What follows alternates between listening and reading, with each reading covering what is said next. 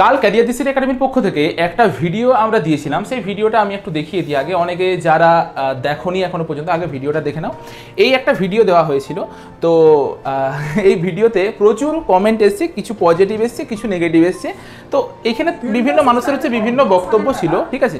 তো আমি একটু দেখিয়ে দিই যে বিভিন্ন মানুষের বিভিন্ন কমেন্ট এসেছিল। মেনলি আর কি যেই জিনিসটা নিয়ে সবারকার কমেন্ট এসেছিল বা প্রবলেম ছিল সেটা হচ্ছে থাম্বনেল নিয়ে, ঠিক আছে। যে কেন আমাদের মতো একটা ট্রাস্টেড জায়গা থেকে এরকম থাম্বনেল দেওয়া হয়েছে। তো আমি একটা জিনিস বলি, আমি যখন এই কমেন্টগুলো পড়ছিলাম, ঠিক আছে, আমার খুবই হাসি পাচ্ছিল প্রথমত এই জিনিসটা, কারণ আমি এই থাম্বনেলটা দিয়েছিলাম একটা অন্য জিনিস ভেবে পড়ে। তো একটু আমার পার্সোনাল জিনিস বলি, যে আমি যবের থেকে ইউটিউব শুরু করেছি, আমার ফ্যামিলির মধ্যে আমার মা কিন্তু খুব সাপোর্টিভ আমার প্রতি, ঠিক আছে, যে ঠিক আছে করছে। মানে আমি ইউটিউবের আগে আমি অনেক কিছু এই ফিল্ডে অনেক কিছু করেছি। তোমরা যারা এখন হয়তো নার্সিং দিতে যাচ্ছে তারা তখন করোনার সময়তে মডেল অ্যাক্টিভিটি টাস্ক করতে, তো আমি হচ্ছে তখন লিড করতাম ওয়েবসাইটে। যত ওয়েস্ট বেঙ্গলের student model activity task participate করতো বা দিত আর কি জমা, সেখানে আমাদের ওয়েবসাইট সবচেয়ে টপে র্যাঙ্ক করতো। এই বিষয়ে আমি আগেও বলেছি। তো তখন থেকে আমাকে মা দেখেছে আমার জার্নিটা কেমনভাবে আমি শুরু করেছি আর কি। কারণ আমি এই জার্নিটা আমার মায়ের কাছ থেকে 3000 টাকা নিয়ে পরে শুরু করেছিলাম। তারপর থেকে জীবনে আজ পর্যন্ত এত কিছু করেছি, লাখ লাখ টাকা আমি খরচ করেছি, কোটি কোটি টাকা খরচ করেছি। জীবনে কোনোদিন আমার মায়ের কাছ থেকে কোনো কিছু চাইনি, ইভেন কারোর কাছ থেকে চাইনি। তো আমার মা হচ্ছে আমার প্রতিটা ভিডিওই দেখে, ঠিক আছে। ইভেন কিভাবে আজকে 124K সাবস্ক্রাইবার হয়েছে, মানে 1,24,000 জন আমাদের সঙ্গে যুক্ত হয়েছে, প্রতিটা মানুষের কাউন্ট হচ্ছে আমার থেকে বেশি মা রাখতো। আমার প্রতিটা ভিডিওই মা দেখে। তো সেই হিসাবে মা হচ্ছে কালকের ভিডিওটাও দেখেছে। তো মায়ের একটা বক্তব্য ছিল যে বেটু তুই তো সব ভিডিওই দিস, বা আমাদের এখানে অনেক টিচাররা রয়েছে যারা অনেক ক্লাস নিচ্ছে, ম্যাডামরা ক্লাস নিচ্ছে, কই একদিনে এত ভিউ তো কোনোদিনও কোনো ভিডিওতে যায়নি। জাস্ট 23 ঘন্টার মধ্যে 32,000-এর উপর ভিউ গেছে। মানে আমি দেখতে পেয়েছিলাম 35,000-এর কাছাকাছি ভিউ গিয়েছে। এখানে একটু আপডেট হতে সময় নেই। তো আমি মাকে বলেছিলাম যে দেখো তো, মানে মায়ের অ্যাকচুয়ালি কি আগেকার মানুষদের এত মাইন্ডে জানতো না যে সমাজটা কেমনভাবে বদলেছে, বা এখন মানুষের ছেলেমেয়েদের চিন্তা ভাবনাটা কোন দিকে এগোয়। অ্যাকচুয়ালি আমার এই থাম্বনেলটা দেওয়ার পিছনে কারণ বেশ কিছু ছিল, সেগুলো বলার আগে কিছু জিনিস আমি বলি। আজ যদি তোমাকে আমি বলি যে তুমি তোমার বাবা মাকে বাদ দিয়ে অন্য কারোর চিন্তা 5 মিনিট করে দেখাও, কি কথাটা বললাম যে তোমার বাবা মার বাদ দিয়ে অন্য কারোর চিন্তা তোমাকে 2 মিনিট করতে বললাম, চোখ বন্ধ করে কারোর নিয়ে ভাবতে হবে, তুমি কোনো মতেই কোনো দিনও ভাবতে পারবে না।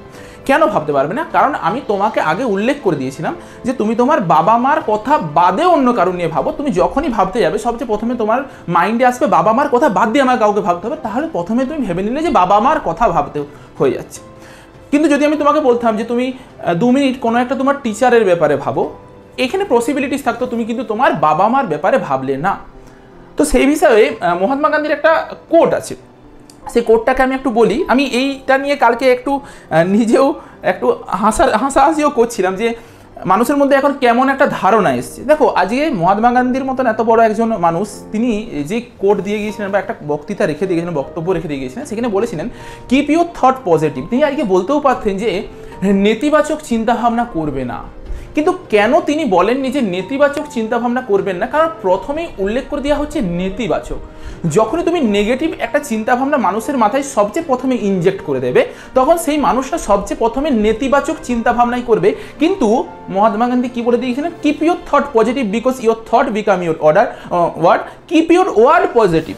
কোনোভাবেই দেখো গোটাটা মহাত্মা গান্ধী বলে দিয়ে গেল কোথা তো নেগেটিভ এই কথাটার উল্লেখ নেই, বা নেতিবাচক কোনো কিচ্ছুর উল্লেখ নেই। নেতিবাচক কিচ্ছু পাবে না, কারণ যখন তুমি কাউকে নেতিবাচক একটা কিছু বলে দেবে, সে সবচেয়ে প্রথমে সেটাই করবে। তোমাদেরকে কিছু বাস্তব এক্সাম্পল দেখাই। এটা হলো হাওড়া ব্রিজের ঘটনা। হাওড়া ব্রিজের এই বড় বড় করে এইখানটাতে লেখা থাকে ডোন্ট স্পিড, কিন্তু মানুষ সবচেয়ে বেশি পানের পিচ ফেলে, তুতু ফেলে এই জায়গাটাতে। এই নিয়ে কলকাতাতে মানে কি বলবো, আমাদের সরকার মানে এগুলো এতটাই খারাপ হয়েছিল, এতটাই অ্যাসিড ধরে গিয়েছিল যে সেগুলোকে ঢেকে দিতে হয়েছে যাতে হাওড়া ব্রিজটার ক্ষতি না হয়। তোমাকে যদি আরও কিছু এক্সাম্পল দেখাই, কলকাতায় লেখা থাকে বিভিন্ন জায়গায় যে এখানে বাস দাঁড়াবে না, কিন্তু সবচেয়ে বেশি বাস যদি কোথাও দাঁড়িয়ে থাকে সেটা হচ্ছে ওখানেই দাঁড়িয়ে থাকে।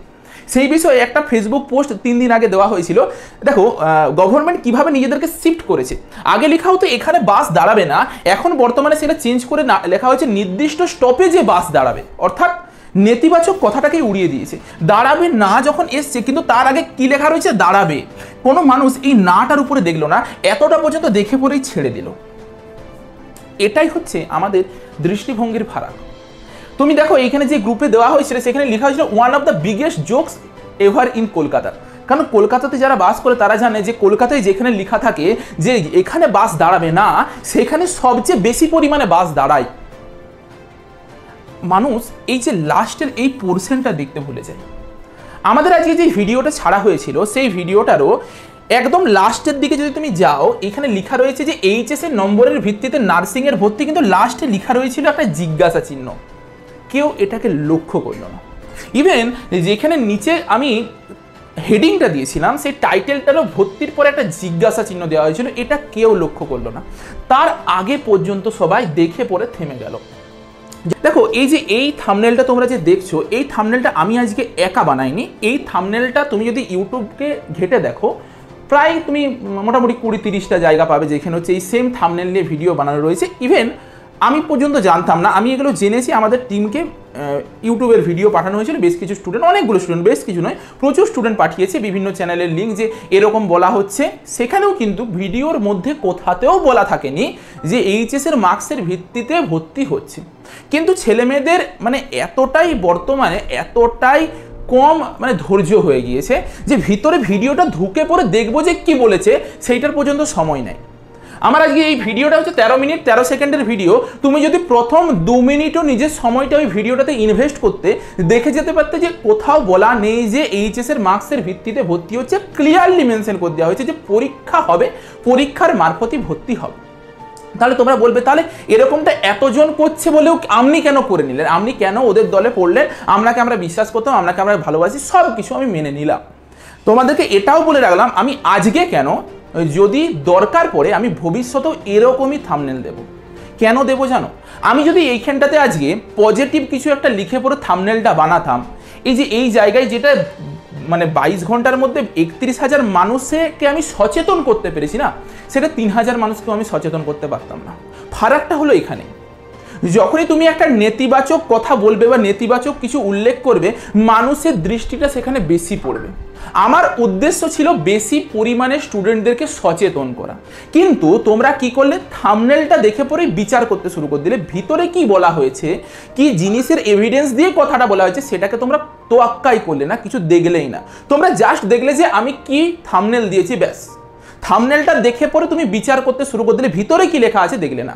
কিন্তু এই থাম্বনেলটা দেওয়ার আমার উদ্দেশ্য কি ছিল, আমি আবারও বলছি যদি প্রয়োজন হয় আমি ভবিষ্যতেও এরকম থাম্বনেল দেব। কেন দেব? কারণ আমি জানি যে একটা নেতিবাচক থাম্বনেল দিয়ে পরে আমি বেশি ছাত্রছাত্রীদেরকে সচেতন করতে পারবো। সাময়িকভাবে তারা একটা আতঙ্ক তাদের মধ্যে আসতে পারে, তাদের মধ্যে একটা ভয় তৈরি হতে পারে, কিন্তু আমি জানি যে বেশি স্টুডেন্ট সচেতন হবে। এই ভিডিওটাতে আমি বারবার ধরে বলেছিলাম যে এইসব ভিডিও না দেখে, ইভেন আমি আমার নিজেকেও উল্লেখ করেছিলাম যে তুমি আমার ভিডিও না দেখে নিজে যদি এই সময়টাতে পড়াশোনা করতে না, তোমার বেশি কাজে লাগতো। আমি এই ভিডিওতেই উল্লেখ করেছি। আমার উদ্দেশ্য ছিল তোমাদের ভালো চাওয়া। এরপর আমি আসি যে যেটা আমি বললাম এটার আদৌ প্রমাণ কি।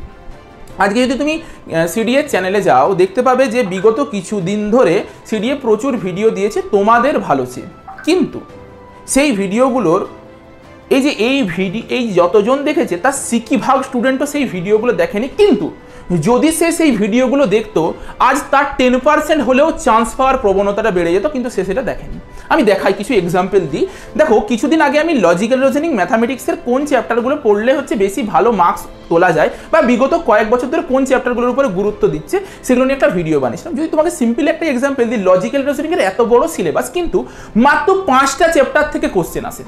লজিক্যাল রিজনিংয়ে মাত্র 5টা চ্যাপ্টার থেকে কোশ্চেন আছে। কিন্তু দেখো 8 দিন আগে আমি একটা ভিডিও ছেড়েছিলাম যেটা ইতিবাচক ভিডিও, একটা কোনো নেতিবাচক কিছু লেখা থাকেনি এখানে, তাতে মাত্র 4,300 জন এখানে দেখেছিল। সেটা হচ্ছে ওই ভিউয়ের 60% নয়। অনেকে বলবে আপনি হচ্ছে ভিউয়ের লোভে এগুলো করছেন, না মোটেও না। তুমি আজকে এই ভিডিওটা চালিয়ে পরে এখনো পর্যন্ত এটা চালিয়ে পরে দেখে নিতে পারো। এই ভিডিওটাতে তুমি অ্যাডভার্টাইজ দেখতে পাবে না, তোমার এই ভিডিওটাতে অ্যাড আসবে না। সাময়িকভাবে প্রাথমিক কিছু 1-2 ঘন্টা এটাতে অ্যাড চলেছিল, সেটা আমাদের টিমের গাফিলতির জন্য, সেই জন্য আমি ক্ষমা প্রার্থী। কিন্তু তারপর থেকে তুমি এখনো পর্যন্ত আমি কানগুলো কেটে ফেলে দেবো যদি তুমি এখানে অ্যাডভার্টাইজ চালিয়ে দেখে যেতে পারো। কেন জানো? এটাতে মনিটাইজেশনটাই অফ করা আছে। আমাদের যদি তুমি লাইভ ক্লাসে কোনোদিনও যাও, ইউটিউবের রিসেন্ট 2টো লাইভ ক্লাস হয়েছে আমাদের, ইংলিশের একটা রানা স্যার নিয়েছে, একটা সুকন্যা ম্যাম নিয়েছে। 2টো ভিডিওর ক্লাসকে চালু করে দেখে নিবে যাও, একটাও অ্যাডভার্টাইজ পাবে না। কিন্তু এটাও চালু করে দেখে নাও, এখানেও অ্যাডভার্টাইজ পাবে না। টাকার লোভ আমার কোনো দিনই নেই। আমি টাকা অনেক জায়গার থেকে কামাতে পারবো। এখানে আমি মনিটাইজেশন পর্যন্ত অফ করে রেখেছি কি জন্য? কারণ মানুষের কাছে আগে পৌঁছক। আমি যদি এই 30,000 ভিউয়ের আজকে আমি টাকা নিতাম, আমি অনেক টাকা পেয়ে যেতাম, কিন্তু নিইনি। আমি এখন চালু করে দেখবে যাও, কোনোভাবে কোনো অ্যাড পাবে না। আজকে কেন, আজকের থেকে 10 বছর পরেও যদি এই ভিডিওটা চালু করো, তুমি দেখতে পাবে যে এটাতে কোনো অ্যাডভার্টাইজ আসবে না, যেই অ্যাড থেকে আমাদেরকে ইউটিউব টাকা দেয় না। আমার এইটার টাকার প্রতি আমার কোনো লোভ নেই, কিন্তু আমার এটার প্রতি একটা নজর আছে। কেন নজর আছে? অনেকে বলছে ভিউয়ের জন্য, টাকার জন্য। ভিউটা আমার কাছে, আমি ভিউ হিসাবে ম্যাটার করি। আমি এতগুলো স্টুডেন্টের কাছে পৌঁছাতে পারলাম, কেন পৌঁছাতে পারলাম? কারণ আমি একটা পজিটিভ জিনিসকে তাদের মধ্যে ইনপুট করতে পারছি, ইনজেক্ট করতে পারছি। এটা আমার ব্রেনে চলে। আমি এই ভিউটা নিয়ে ধুয়ে জল খাবো না। সিডিএর প্রচুর ভিডিও আছে যেগুলো লাখে লাখে ভিউ গেছে, প্রচুর ভিডিও আছে আগেও আমি অনেক অনেক ভিউ পেয়েছি, না এটা আমার লক্ষ্য নয়। আমার লক্ষ্য আমি এতগুলো স্টুডেন্টের কাছে পৌঁছতে পেরেছি। যেটা আমি ইতিবাচক ভিডিও যখন দিয়েছিলাম, যেগুলো দেখলে তাদের বেশি ভালো হতো। আজ জীবন বিজ্ঞানের গুরুত্বপূর্ণ যে অধ্যায়গুলো রয়েছে সেগুলো নিয়ে পরে অ্যানালাইসিস করে পরে একটা ভিডিও দিয়েছিলাম, 12 দিনে হচ্ছে 10,000-এর মতন ছেলে মেয়ে দেখেছে। কই এটা সিকি ভাগ বটে? নয়। তুমি যদি তারপরেও যাও, দেখতে পাবে জেনপাস ইউজির ফিজিক্যাল সায়েন্সের ফিজিক্সের ইম্পর্টেন্ট কোশ্চেনে 2 মাস আগে ছাড়া হয়েছে 16,000 জন দেখেছে, 1 মাস আগে ছাড়া হয়েছে 20,000 জন দেখেছে, 1 মাস আগে ছাড়া হয়েছে 10,000 জন দেখেছে। আবার যদি তুমি এএনএম জিএনএমে যাও, ইংলিশের জেনপাস এএনএম জিএনএম মিলিয়ে 3 সপ্তাহ আগে ছেড়ে পুরো মাত্র 11,000 জন স্টুডেন্ট দেখেছে। এটা আমি কোনোদিনই চাইনি। আমি এখানে চাই যে যেমন একটা নেতিবাচক ভিডিও 30,000 মানুষের কাছে পৌঁছাচ্ছে, তেমনি এই ভিডিওটাও 30,000 মানুষের কাছে পৌঁছোক। আমার যদি তোমরা বলো যে এই ভিডিওগুলোর মনিটাইজেশন অফ করে দিতে, আমার কোনো আপত্তি নেই। আমি এরপর থেকে যত ইউটিউবে ভিডিও দেবো, প্রতিটা ভিডিও মনিটাইজেশন অফ করে দিতে রাজি আছি, কোনো আপত্তি নেই আমার। আমার ইউটিউবের টাকা নিয়ে আমি ধুয়ে জল খেতে রাজি নই। কিন্তু আমি চাই যে আমরা যেরকম একটা নেতিবাচক ভিডিও, থাম্বনেলটা নেতিবাচক ছিল, ভিতরের পুরো কন্টেন্টটা ইতিবাচক ছিল, সেইটাতে যেমন মানুষ সচেতন হয়েছিল। আমার ধারণা 31,000 জন কি 35,000 জন ছাত্রছাত্রীকে আমি সচেতন করতে পেরেছি। সাময়িকভাবে তারা একটা আঘাত পেয়েছে, সাময়িকভাবে তারা একটা আতঙ্কর মধ্যে আসতে পেরেছে, কিন্তু তারা সেখান থেকে শিক্ষা পেয়েছে যে না, আমাকে স্যার বলেছে যে পড়াশোনা করতে, এগুলো নিয়ে মাতামাতি না করতে। কিন্তু কিছুজন কি আছে, এটাকে নিয়ে একটা মুদ্রা খাড়া করে দিল যে কেন দেওয়া হবে, থাম্বনেলটা ফুটিয়ে দেবো, আমি একে শেষ করে দেবো, রিপোর্ট মেরে দেবো, উড়িয়ে দেবো, শেষ করে দেবো। কিছু লাভ হবে? কিছুই লাভ হবে না। তোমার কিছু লাভ হলো?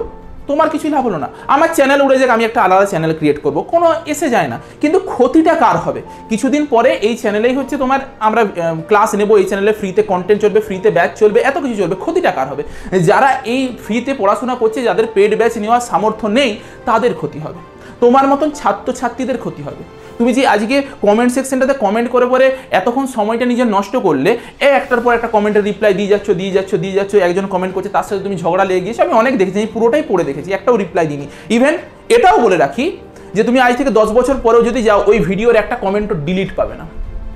অনেক ইউটিউব চ্যানেল আছে, আমি গুনে গুনে দেখিয়ে দিতে পারি, দেখিয়ে দিতে পারি যে তুমি ভিডিওতে যদি কোনো একটা নেগেটিভ কমেন্ট করো, সেই কমেন্টটাকে উইদিন 5 to 7 মিনিট ডিলিট করে দেওয়া হয়। ঠিক আছে, এটা আমি এতদিন ধরে ইউটিউবে আছি, আমি দেখছি। কিন্তু না, সিডিএ কোনোদিনও এটা করবে না। সিডিএ সব কিছুর যেমন পজিটিভ দিক আছে, নেগেটিভ দিক আছে, মানুষ জানুক যে সিডিএরও পজিটিভ দিক আছে, নেগেটিভ দিক আছে।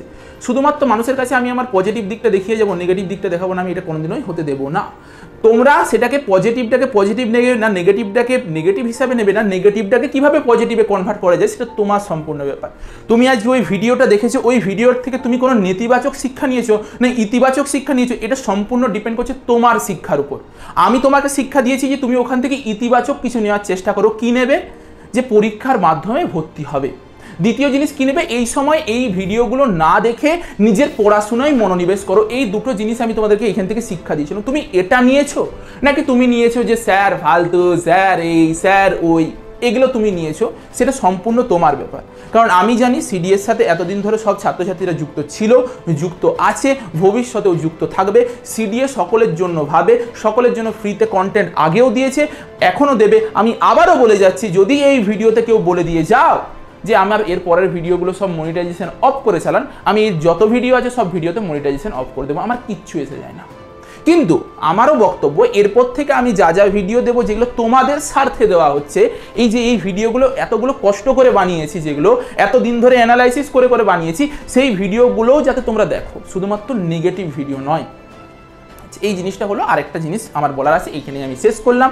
দ্বিতীয় জিনিস আমি একটু বলে দিই যে যেটা WBNCর পক্ষ থেকে একটা নোটিশ দেওয়া হয়েছিল কিছুদিন আগেই, সেই বিষয়ে একটু বলি। এটা হচ্ছে ওয়েস্ট বেঙ্গল নার্সিং কাউন্সিল থেকে একটা নোটিশ দেওয়া হয়েছিল যে তোমাদের সকলকে সচেতন থাকতে বলা হয়েছিল কিসের ব্যাপারে। আগের বছরও দেখা গেছে বা এবছরও অনেক ক্ষেত্রে দেখা গিয়েছে যে তোমাদের এইসবে জাস্ট HS পরীক্ষা হয়েছে, তো অনেক এজেন্ট বা দালাল থাকবে, তারা তোমাদেরকে ফোন করবে। এবার বলবে আমাদের ফোন নাম্বারটা কোথার থেকে পেলো, তারা তোমাদের ফোন নাম্বারটা পেয়েছে কোথার থেকে, তোমরা যখন কোনো একটা WBJ এর পরীক্ষা দিতে গেলে, নিটের পরীক্ষা দিতে গিয়েছো বা JEE মেনের পরীক্ষা দিতে গিয়েছো, তোমরা যখন পরীক্ষা দিচ্ছিলে তখন তোমাদের কোনো গার্জেন বা বাবা মা বাইরে কাউকে নাম্বার দিয়ে এসেছিল। কি নাম্বার? অনেক মানুষ থাকে যারা হচ্ছে লিভলেট বিলি করে, সেটা বিভিন্ন সংস্থার লিভলেট হতে পারে বা বিভিন্ন কলেজের লিভলেট বিলি করতে থাকে যে আমাদের কলেজে আসুন, ভর্তি করান, মানে সুবিধা হবে, দিয়ে ওখান থেকে নাম্বার নোট করে। এটা প্রতি বছরের রেগুলার এত বছর ধরে চলে এসেছে এই ঘটনা, সেইখান থেকে তোমাদের নাম্বারটা কালেক্ট করা হয়। তো কিছুদিন পরে তোমাদেরকে ফোন করা হয়, এই ঘটনাটা ঘটে, আমি একটু সচেতন করে দিই। ফোন করে বলা হয় যে আপনার মেয়ে কি নার্সিং নিয়ে পড়াশোনা করতে চাইছে, কিন্তু আমাদের তো নার্সিংয়ের সব সিট ধীরে ধীরে ভর্তি হয়ে যাচ্ছে, অনেক স্টুডেন্ট অ্যাডমিশন নিয়ে নিয়েছে, তাহলে আপনারা একটা কাজ করুন, অতি দ্রুত এসে পড়ে নার্সিংয়ের অ্যাডমিশনটা নিয়ে নেন, নয়তো কিন্তু আমরা সিট দিতে পারবো না, সব সিট কিন্তু আমাদের ভর্তি হয়ে যাচ্ছে। ঠিক আছে, এটা প্রতি বছর ঘটে থাকে। একটা অ্যামাউন্ট টাকা নিয়ে নেয়, এবারে কেউ নেয় সেটা 5,000 টাকা, কেউ নেয় 50,000 টাকা। ঠিক আছে, বলে যে অ্যাডমিশন ফিস এত, আর একজন বলে যে আমরা একটা টোকেন দিয়ে দিচ্ছি, এটা নিয়ে চলে যান। এরপর ঘটনাটা কি ঘটে? আসলে আদপে হচ্ছে নার্সিংয়ের কোনো কলেজ বা স্কুল কোনগুলো হয় যারা ANM GNM এ ভর্তি হয়, কলেজ কোনগুলো হয় যারা BSc নার্সিংয়ে ভর্তি হয়। কোনো স্কুল বা কলেজের এই ক্ষমতা নেই যে কাউন্সিলিংয়ের আগে কোনো ছাত্র বা ছাত্রীকে তারা নিজেদের ইনস্টিটিউটে ভর্তি করে নেবে। সবচেয়ে প্রথমে আগে হবে কাউন্সিলিংয়ের মারফত সিট ফিল আপ হবে। তারপর যদি কোনো সিট বেঁচে থাকে, গভর্নমেন্ট থেকে যদি পারমিশন দেয়, একটা নোটিফিকেশন বেরোয়, INC WBNC দুজনেই অ্যাপ্রুভাল দিয়ে একটা নোটিফিকেশন বার করবে, তারপরে তারা কিন্তু স্টুডেন্টের অ্যাডমিশন নিতে পারবে। দ্বিতীয় জিনিস, যখন তোমরা ANM GNM বা জেনপাস ইউজির পরীক্ষা দেবে, তখন তোমাদের একটা কাট অফ মার্কস বলে জিনিস থাকে, মানে মিনিমাম এত মার্কস পেতে হবে। যেমন জেনপাসের ক্ষেত্রে মিনিমাম 27 বা 28 মার্কস পেতে হয়, তবে পরে তুমি কাউন্সিলিংয়ের জন্য এলিজিবল হবে, অর্থাৎ তুমি কাউন্সিলিং প্রসেসে বসতে পারবে। আদারওয়াইজ তোমাকে পরের বছরের জন্য আবার পরীক্ষা দিয়ে পরে কলেজে অ্যাডমিশন নিতে হবে। তো আগের বছর এটা গভর্নমেন্ট থেকে স্ট্রিক্টলি বারণ করে দিয়েছিল যে কোনো স্টুডেন্ট যাতে, যাদের হচ্ছে কাউন্সিলিং নো আছে, তারা যাতে ডিরেক্ট অ্যাডমিশন না নেয়। কিন্তু তবুও কিছু গার্জেন তারা হচ্ছে বিভিন্নভাবে ইনফ্লুয়েন্স হয়েছিল অনেকের মারফত, অনেক এজেন্ট মারফত, তারা হচ্ছে তাদের মেয়েকে হচ্ছে উমুক তুসুক কলেজে ভর্তি করে দিয়েছিল। আজ তাদের সঙ্গে কি ঘটেছে? আজ দেখা যাচ্ছে দু ধরনের ব্যাচ তৈরি হয়েছে কলেজের মধ্যে, একটা রেগুলার ব্যাচ, একটা ইররেগুলার ব্যাচ। মানে রেগুলার ব্যাচটা কি, যে যারা হচ্ছে নর্মালি কাউন্সিলিং প্রসেসের মাধ্যমে অ্যাডমিশন নিয়েছে, তারা রেগুলার ব্যাচের মধ্যে পড়বে। তাদের পরীক্ষা যেমন গোটা পশ্চিমবঙ্গের অন্যান্য নার্সিং কলেজে যেই সময় পরীক্ষা হয় বা গভর্নমেন্ট কলেজগুলো যেই সময় পরীক্ষা হয় সেই সময়ে পরীক্ষা হবে। কিন্তু যারা কাউন্সিলিং নো ছিল, তাদের জন্য একটা আলাদাই শিডিউল তৈরি করা হয়েছে। অর্থাৎ বোঝা যাচ্ছে যে তারা কিন্তু আর কোনোভাবেই ওই যে ওদের সাথে যুক্ত নয়। যারা কাউন্সিলিংয়ের থ্রু অ্যাডমিশন নিয়েছিল, তারা কিন্তু সম্পূর্ণভাবে বিচ্ছিন্ন হয়ে গিয়েছে।